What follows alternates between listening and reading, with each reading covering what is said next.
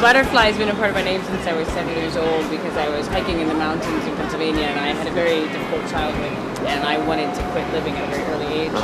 And a butterfly came and landed on me and stayed on me for hours while I was hiking when I was a little girl. You thought maybe I'll hang in there?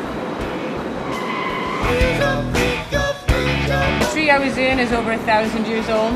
It's 200 feet tall. It's 15 feet in diameter at the base, which is about 10 people our size with arms outstretched to go around the base. Right. It stands forever with the grove around it protected forever. Now, we still have a lot of work to do, but you know, that tree can stand for another 1,000 years easy. I went through so much. In the first 3 months, I nearly died from exposure to cold. Right. I had a twin propeller helicopter with 300-mile-an-hour updrafts hovering above my head trying to rip me out. I had a 24-hour-a-day security siege with guards at the base of the tree trying to starve me. They cut off my supplies, were trying to starve me down. I had air horns blowing all night to cause sleep deprivation. They were just trying to get rid of you? Yeah. We continue at the path we're going now in your great-grandchildren will not have any original forest left, you know, and so I feel like that's a big part of what I do. I want them to have the same magical experience that I had when I first came. I saw the rainforest there, the Indonesian rainforest, and it looked like some giant with a head the size of a moon taking a huge razor and just going across the whole country. I was like, oh my God. Northern California looks just like what you said. It looks like an animal with a maze. It's just like and miles of these clear cuts. And these companies take 7-foot chainsaws to take the old growth down. They clear cut it into the ground. Then they light it on fire with diesel fuel or with napalm, where it burns for days. Then they spray 40 gallons of diesel fuel per acre onto the land to carry herbicides. And all of this is known to cause cancer, birth deformities.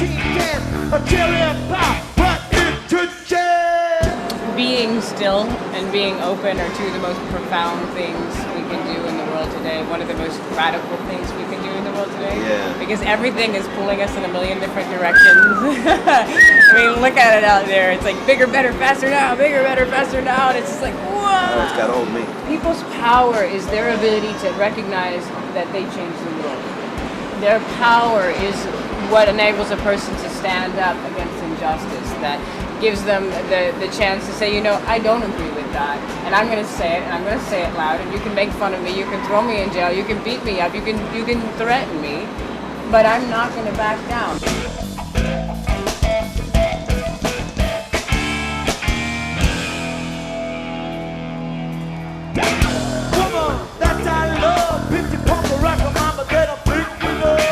When you were up there, did you have rituals that you did? Actually, climbing the tree was a ritual, and I didn't even realize it. So you went down, you climbed up and down? Not to the ground. The tree is 200 feet tall, and I would climb 100 feet of that about 4 times a day. I've never been very ritualistic, but I started, while I was in the tree, I do believe in prayer, and I believe you can pray to whatever you feel that prayer is going to, and it's just collective consciousness. And so I started having a prayer, may every breath that enters my body be a prayer. Because that is then my life becomes my ritual that way. And that's been very powerful. That's awesome.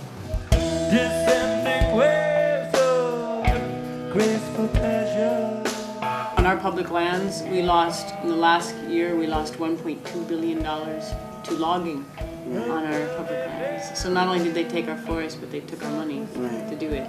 Wow. So we're working on, what's happening now is we're empowering the people, and we're going to start doing people's initiatives. Right. Is there anything that, like, you know, all the people that come on to watch this, that they can do to, you know, in terms of like boycotting or writing letters? Absolutely, they can. There's a lot of different things. Number one, they need to know that a lot of times if you go and you're buying a hot tub, a sauna, a deck, siding for your house or a fence, a lot of times it's from redwood.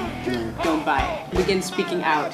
I believe very strongly in the power of words. And the third thing is in contacting local representatives, whoever they are, and letting them know that forest issues are important.